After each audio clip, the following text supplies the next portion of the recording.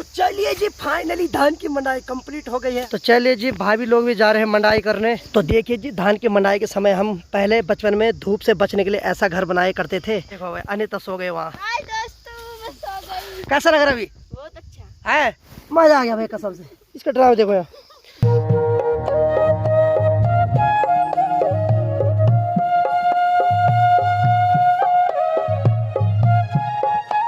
चल पड़ा भाई साहब।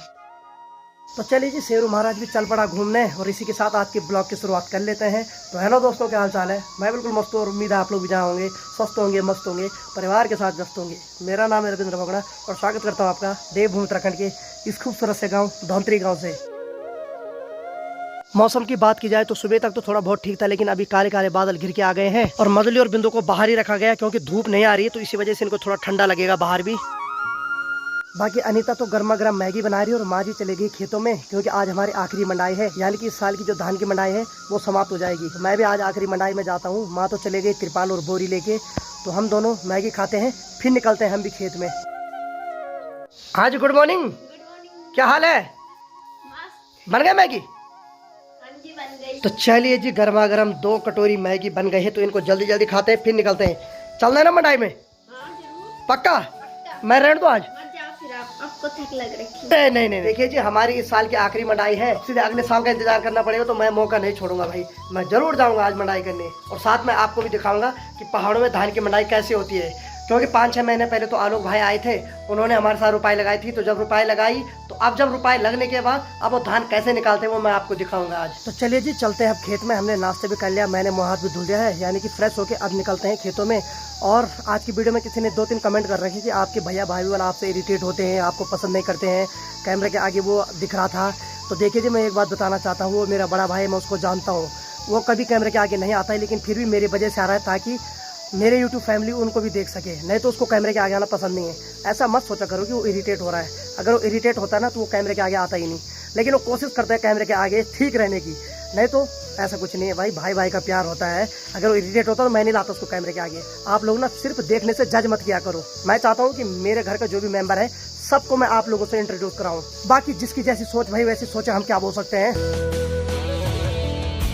चलिए जी निकलते हैं धान की मंडाई के लिए। चलो उसको यहीं रखो।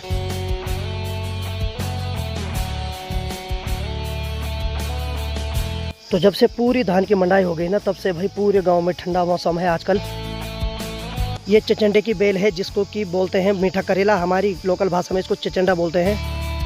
तो खेतों के जो रास्ते होते हैं वो आसान नहीं होते हैं, उनको साफ रखना पड़ता है और उन पर जो चलना है ना वो काफ़ी डिफिकल्ट होता है भाई। तो भाई मंडवा भी अब पूरा लगभग पक गया है, इसको भी सभी लोग अब घर ले जाएंगे। और धान की मंडाई के बाद 2-4 दिन तक खेतों को ऐसे रखा जाता है और उसके बाद शुरू होता है गेहूँ की बुआई। और जब धान की मंडाई हो जाती तो उसके बाद ऐसे पराल निकलता है तो इनको खड़ा रखा जाता है। जब ये 1-2 दिन में सूख जाते तो उसके बाद इनकी पुली बनाई जाती है। सामने पे देखिए यहाँ हो रही है धान की मंडाई और यही वो खेत है जहाँ मैंने आलोक भाई और अखिल भाई ने पूरी होली खेली थी। इसी खेत में रुपाई के दिन बहुत मस्ती की थी भाई हमने। माँ ने तो लगभग आधा कौन का भाई अकेला ही मान दिया है।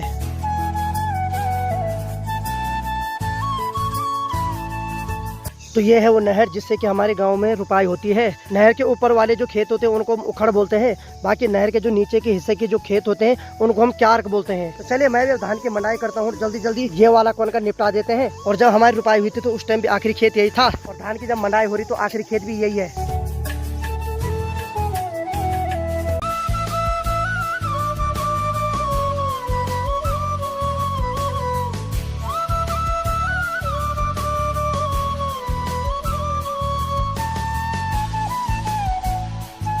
बाकी भाई जितने भी धान है सबकी मंडाई तो हो गई, लेकिन जिन खेतों में अभी भी धान है तो ये बोने वाला धान है, यानी कि ये जल्दी नहीं पकता है। इसको पकने के लिए थोड़ा धूप चाहिए होती है। तो जैसे ही ये पक जाएगा उसके बाद इसकी भी कटाई हो जाएगी। अनाजों में जो बोने वाला धान होता है वो सबसे लेट में पकता है और उसमें बहुत ज़्यादा मेहनत लगती है मंडाई करने में, यानी कि वो पाँव से रगड़ने पे भी आसानी से झड़ता नहीं है। तो उसको ढंग से पकाने के लिए खेतों में रखा जाता है। जैसे वो पक जाता है उसके बाद ही उसकी मंडाई होती है। तो वह जिस प्रकार से खेत खाली हो गए, अगर पहले की बात होती तो हम सारे गांव के बच्चे अभी तक हमने खेलने चले जाना था, लेकिन क्या करें आज ऐसा समय है कि हमारे गांव में एक भी बच्चा नहीं है और खेलने के लिए तो कोई है ही नहीं साथ में। लेकिन पहले हम 9-10 बजे सुबह घर से निकल जाते थे और शाम को 4-5 बजे घर आते थे, क्रिकेट खेलते रहते थे सारे दिन भर।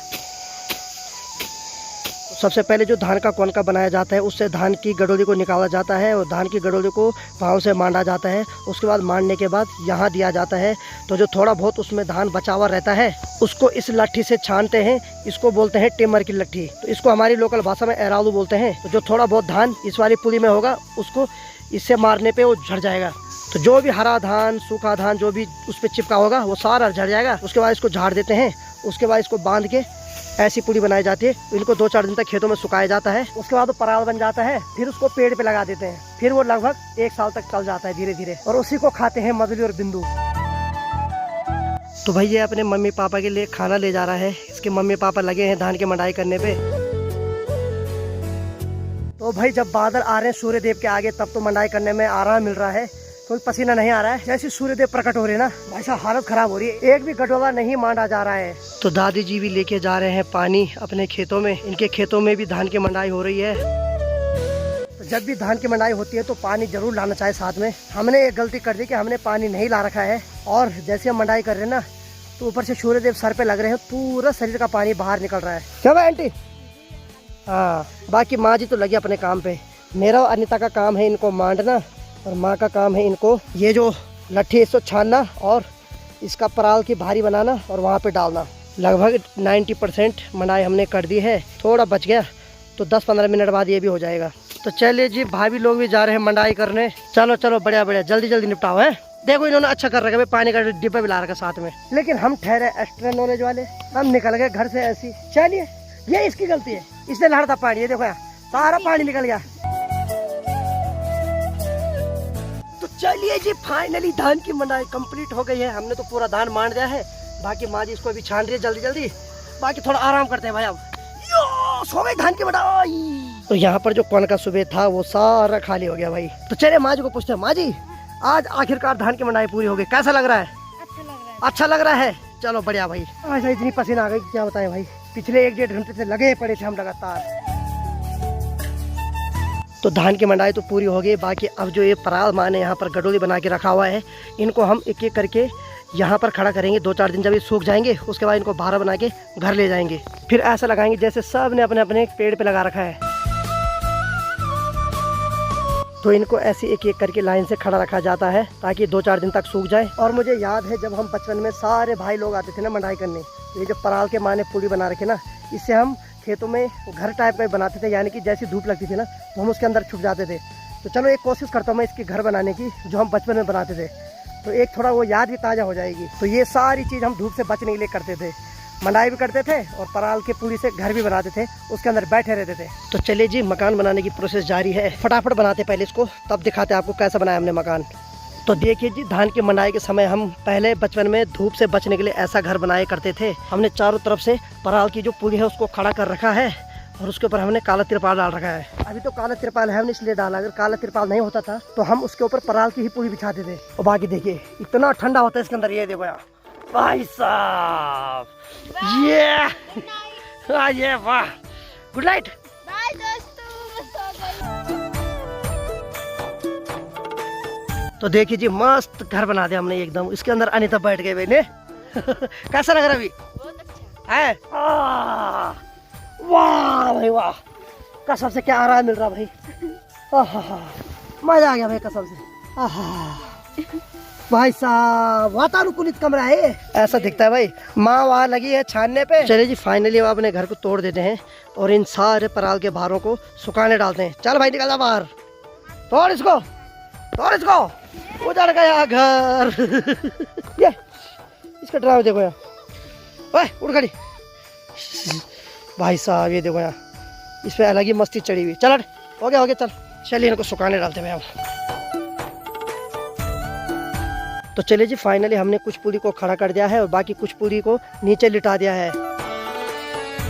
और देखिए जी मुझे इतनी गर्मी लग रही कि अनीता मेरे को हवा लगा रही है। लगा शाबाश। और जोर से।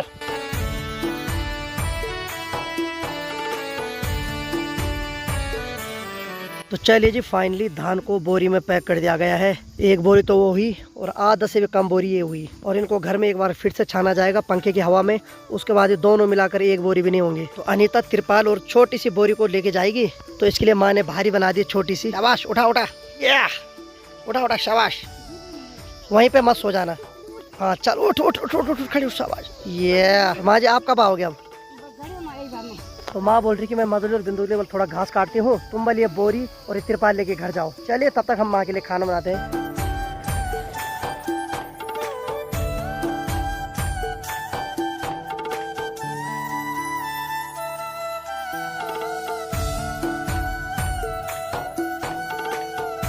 तो चलिए जी फाइनली मंडाई भी समाप्त हो गई है और जो धान है उसको भी हमने घर ला दिया है। और भाई धूप बड़ी खतरनाक लग रही है आज। वो दिन की 12:30 बज रही है और अनीता ने हेड़े से ला दी है हरी सब्जी। तो चलिए जी आज हमें राई की कापली और घर के चावल खाने को मिलेंगे। बाकी परसों जो मंडाई की थी वो वाला धान थोड़ा सुखाने डाल दिया धूप में, क्योंकि सारे धान को 2-2-3 दिन तक लगातार सुखाना पड़ता है, तब जाके उनको हम स्टोर करेंगे। अगर हम उनको ऐसे डाल देंगे तो उन पे अंकुरे आ जाएंगे।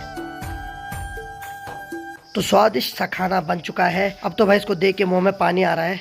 और घर के लाल चावल भी बन रखे हैं और हरी सब्जी और दूध। चलिए फिर खाते हैं अब। बहुत बहुत धन्यवाद जी इतना स्वादिष्ट खाना बनाने के लिए। अच्छा वेलकम, चलो ठीक है। तो चलिए जी इसके वेलकम पड़ गए हैं। अब हम यहाँ खाते फर्स्ट क्लास खाना। समय अभी 2 बज रहे और हमारे घर से धूप भी जाने लग गई है। तो चलिए जी दिन की 2:30 बज गए और माँ भी आ गई घास लेके, सुबह से जा रही और अभी आ रही, खाना भी नहीं खाई ने। तो चलिए जी फाइनली माँ ने खाना भी खा लिया। खाई खाणो चलो बढ़िया। अब थोड़ा आराम कर ले। हैं नहीं करेगी मुझे पता है, खिसकेगी अभी। हाँ हाँ तो कर रही कैमरे के आगे मेरी माँ, लेकिन मुझे पता मेरी माँ फिर जाएगी घास के लिए या वतर के लिए। वो लड़ा काटने बोला ना मैंने, अब वो लड़ा काटने जाएगी अब। तो दोस्तों मैंने कहा ना माँ जी आराम नहीं करेगी और दिन की 3 बज रही है और माँ चले गई फिर से वो लड़ा काटने के लिए। बाकी आज मेरी तैयारी है खमकाल गांव जाने की। अखिल भाई का भी फोन आया था और अखिल भाई के छोटे भाई ने मुझे परसों मैसेज किया था। उनका भाई रहता है ऋषिकेश में, तो उस दिन तो मैं उत्तरकाशी चले गया था।